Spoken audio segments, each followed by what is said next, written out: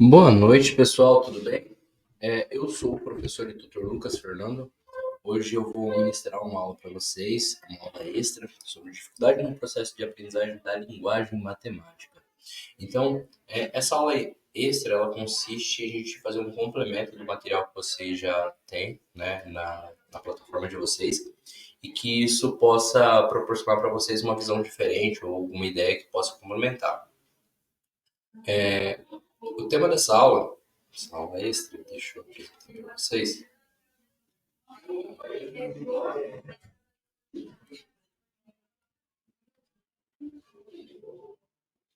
Dificuldade no processo da aprendizagem da linguagem matemática. A ideia dessa aula, né, é fazer um compilado, né, ou uma abordagem sobre alguns pontos que a disciplina trabalhou com vocês, que era estrutura e desenvolvimento do conhecimento lógico-matemático, construção do conhecimento lógico-matemático, aprendizagem da matemática e dificuldade da aprendizagem da matemática. Então, um dos pontos que a gente pode abordar sobre a dificuldade de aprendizagem da matemática e os impactos que isso tem na sociedade é sobre a descalculia. Então, deixa eu corrigir aqui os slides.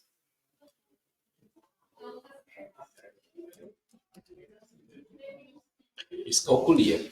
O que seria a descalculia? A descalculia é um transtorno de aprendizagem específico que afeta a capacidade de a pessoa entender ou trabalhar com os números e conceitos matemáticos. Existem diferentes tipos de descalculia, cada um com características específicas e eu vou dar alguns exemplos para vocês, mas a ideia, pessoal, é que essa dificuldade ela acontece, né? Ela atua ali quando a criança é mais mais nova, e aí o professor já consegue perceber que ela tem algumas dificuldades de entender algumas situações. Por exemplo, a ideia de contagem, às vezes a assimilação de símbolos, símbolos matemáticos, né? Isso é uma dificuldade muito específica para a área de matemática. E você consegue também percebendo que aquele aluno ele acaba conceitos que ele estruturou ao longo do tempo, você acaba percebendo que ele acaba se esquecendo. Então, não é que o aluno seja preguiçoso ou ele seja relaxado. Às vezes, o que ele tem ali é uma dificuldade, uma descalculia. E essa descalculia, você, quanto professor, não pode diagnosticar. Mas você entendendo, você consegue relatar isso para algum psicopedagogo ou um neurologista, alguém que possa, né, fazer um teste e fazer dar um diagnóstico preciso. Então a ideia dessa aula extra é para que vocês percebam as várias formas, né, as várias vertentes ali, né, vários formatos que tem de descalculia. Isso é realmente um empecilho para que o aluno consiga absorver a matemática, né? E isso acaba tornando algo tão complexo. Mas vocês também consigam até quando um professor, um pedagogo, pedir para que vocês relatem como aquela criança está em sala de aula, vocês podem, sem descrever a qual a descalculia, porque vocês não têm a certeza daquela descalculia, porque não foi feito um teste, mas vocês podem colocar algumas características, observações de vocês. E aí, com base nessas observações, o neurologista, o psicopedagogo, ele vai olhar com mais atenção esses pontos, esses relatos seus e realmente ali fechar um diagnóstico. Mas para que vocês entendam, a gente tem a descalculia de desenvolvimento, a descalculia de recuperação, a descalculia adquirida e a descalculia verbal e a descalculia operacional. Então, essas 5 descalculias a gente vai relatar para cada uma delas para que vocês consigam diferenciar então um pouquinho sobre é, separar entre elas e conseguir dar um relatório melhor quando vocês forem especificar de um aluno. Também conhecida como descalculia primária, é uma forma mais comum de descalculia. Ela caracteriza pela dificuldade persistente em aprender e entender conceitos numéricos e aritméticos. Pode afetar habilidades como contagem, conhecimento de padrões numéricos, operações matemáticas básicas, compreensão de conceitos de tempo e espaço. Então, quando a gente fala daquela assimilação, né, símbolo com números, então a gente consegue ter ali que a criança não entende que aquele símbolo 1 é para representar aquela quantidade. Nossa, professor, mas isso é uma coisa que pode se encaminhando, né? E a criança não vai conseguir aprender conceitos mais abstratos que esse? Não, ela existe um tratamento que é feito, claro, né? Existe são etapas que estão sendo construídas ali e ela vai suprindo essas lacunas, né? Então, a noção de tempo. Então, quantas vezes vocês já não perceberam que quando você fala para uma criança que daqui 10 minutos é o intervalo, menos de 40 segundos ela já perguntou se deu o horário. Então, assim, você consegue perceber ali que a criança não tem noção de quanto tempo é 1 minuto, quanto tempo é 10 minutos ou 30 minutos. Então, a noção dela, assim, de quanto se passou é vaga. A mesma questão de espaço. Às vezes a gente tenta colocar ali uma margem no caderno para que a criança consiga entender que aquele espaço ali da linha é o máximo que ela pode organizar o texto dela e a partir daquele final ela encaixar numa linha seguinte, né? Às vezes a criança ela não consegue dimensionar um desenho, uma escrita com o espaço que ela tem. Descalculia de recuperação. Esse tipo de descalculia ela pode ocorrer em indivíduos que sofrem uma lesão cerebral ou trauma que afetou áreas do cérebro relacionado ao processo numérico. Pode resultar em dificuldades semelhantes à descalculia de desenvolvimento, mas se desenvolve após um período em que as habilidades matemáticas eram normais. Então, a gente pode ter acontecido, né, um acidente, e esse acidente ela trazer para que ela regrida, né, em conhecimentos já adquiridos por aquela pessoa. Então, às vezes, a pessoa tem uma compreensão sobre o princípio da multiplicação, mas devido a essa situação, ela esqueceu. Então, ela não entende que a multiplicação é um agrupado, né, de um número em vários momentos daquilo acontecendo. Então, isso pode ter acontecido também, um acidente. Então, é sim uma descalculia, mas é uma descalculia devido a uma lesão cerebral. Descalculia adquirida. Ela é similar à descalculia de recuperação, só que ela ocorre devido a danos cerebrais causados por eventos como acidentes vasculares cerebrais, tumores, lesões traumáticas, afeta habilidades matemáticas previamente adquiridas e pode resultar em dificuldade na realização de cálculos, reconhecimento de números ou a compreensão de conceitos matemáticos. Então, ela é muito parecida ali às situações. Uma, né, você tem uma situação ali que aconteceu um trauma tal, e a outra que aconteceu ali um dano cerebral. A descalculia verbal. Esse tipo de descalculia ela está relacionada a dificuldades específicas na compreensão e utilização de termos e conceitos matemáticos, como símbolos, operadores ou vocabulários relacionados à matemática. Os indivíduos com descalculia verbal podem ter dificuldades em entender instruções matemáticas verbais ou expressar conceitos matemáticos em palavras. Então, um dos termos que a gente costuma muito utilizar é a palavra congruente. A palavra congruente, ela não é a mesma ideia do que ser igual. Quando a gente fala que algo é igual, a gente tem a entender que aquilo tem o mesmo tamanho, aquilo tem a mesma quantidade, o formato é igual na forma dele, mas também ali na espessura dele, então é exatamente a mesma coisa, né? A mesma cor, então isso é ser igual. Agora, ser congruente, né, não é a mesma coisa, apesar que as pessoas confundam muito com isso, mas a palavra congruente ela vem da ideia de aquilo ser o mesmo objeto, mas não é o mesmo objeto. Então, quando a gente fala igual, é como se fosse um clone. Não, a mesma característica, tem a mesma característica, o mesmo formato, só que é um outro. Isso que define ser congruente. E a gente tem um outro conceito também, que é muito parecido, que é a ideia de semelhante. Então, quando a gente fala, olha, dois triângulos são iguais. É basicamente o mesmo triângulo, só que ele foi duplicado. Quando a gente fala dois triângulos congruentes, a gente tem um triângulo nesse momento, um outro triângulo em uma outra situação, a gente percebe que esses dois triângulos têm as mesmas medidas, a mesma cor, então eles são congruentes.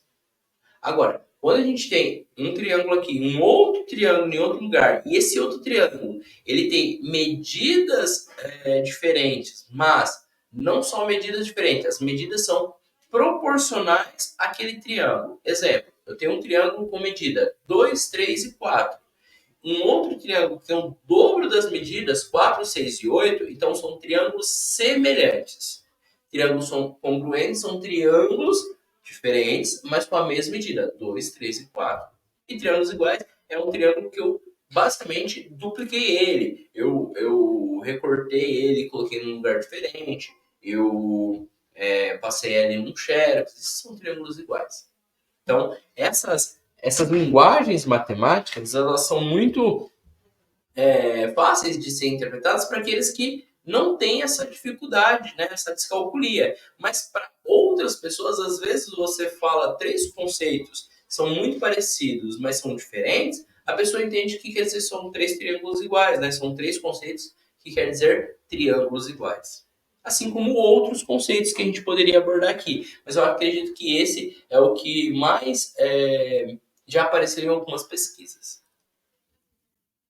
Descalculia operacional. Ela caracteriza. Desculpa. Ela.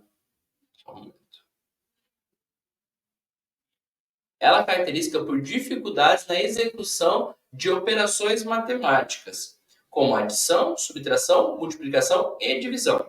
Os indivíduos com descalculia operacional podem ter dificuldades em lembrar de fatos matemáticos básicos, compreender algoritmos ou seguir passos sequenciais em problemas matemáticos. Então, a gente entende aqui que, por exemplo, se a gente fala de uma sequência, ela vem, né, de números um após o outro. Então, isso é um conceito que você aprende no ensino fundamental 1.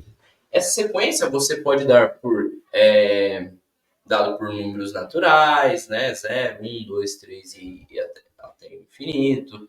Você pode dar por números pares, 0, 2, 4, 6 e até o infinito. Você pode dar por números ímpares, primos, né? E beleza. Quando você entende a ideia de sequência, a gente aborda um conceito que se chama progressão aritmética e progressão geométrica, o famoso PA e o PG. A criança, às vezes, não assimila que a PA é uma sequência. Às vezes, ela não consegue compreender que aquela sequência aritmética ela tem uma regra que acontece para o primeiro termo de ir para o segundo, do segundo ir para o terceiro, do terceiro ir para o quarto.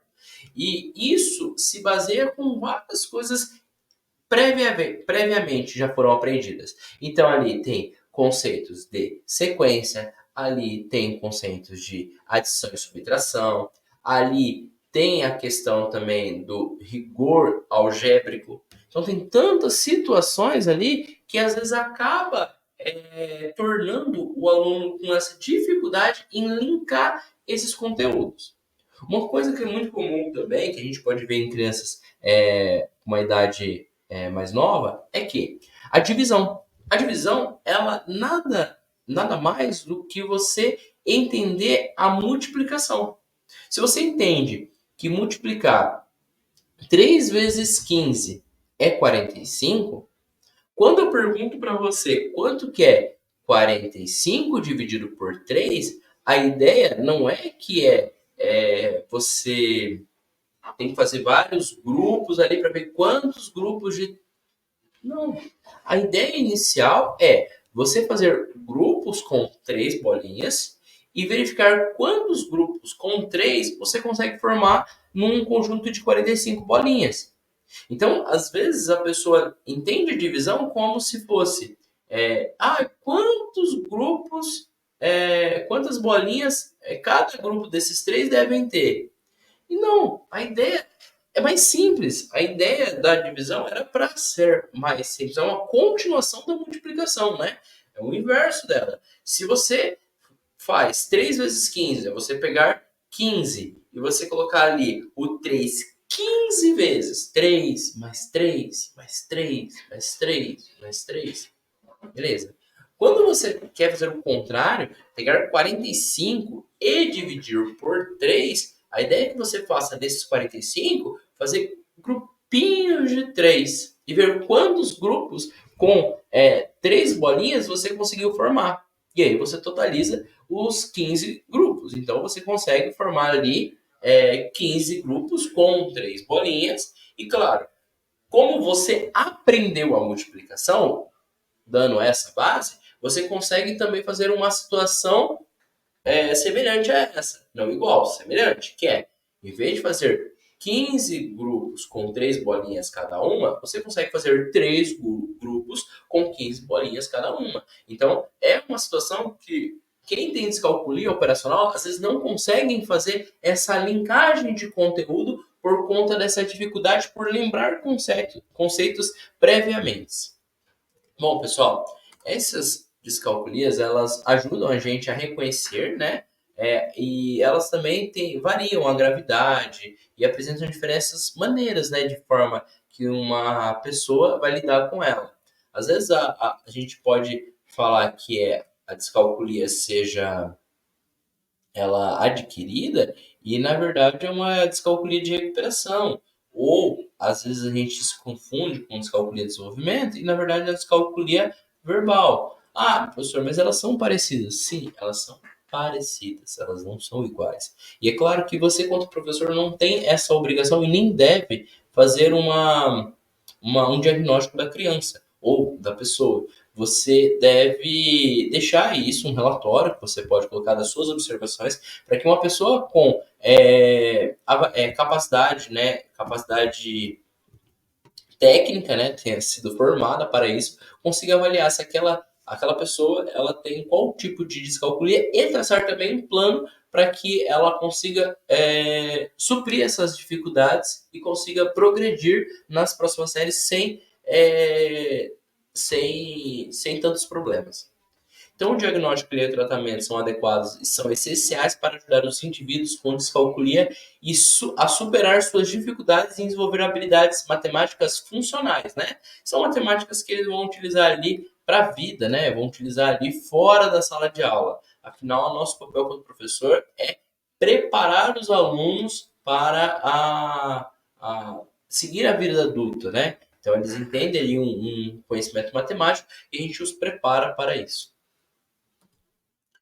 Bom, aqui eu passo para vocês algumas das referências, né, que foram utilizadas para elaborar essa aula extra, né? Fiquem à vontade para consultar. Caso vocês tenham alguma pergunta, algo relacionado sobre o que foi apresentado ou algo específico da apostila também, meu contato é pelo e-mail, tá? lucas.fernando@fatesc.edu.br. Caso vocês queiram me seguir nas redes sociais, eu tenho a rede social Instagram, @lucasfernando2603. Pessoal, agradeço a todos que assistiram, tá? Tenham um ótimo dia.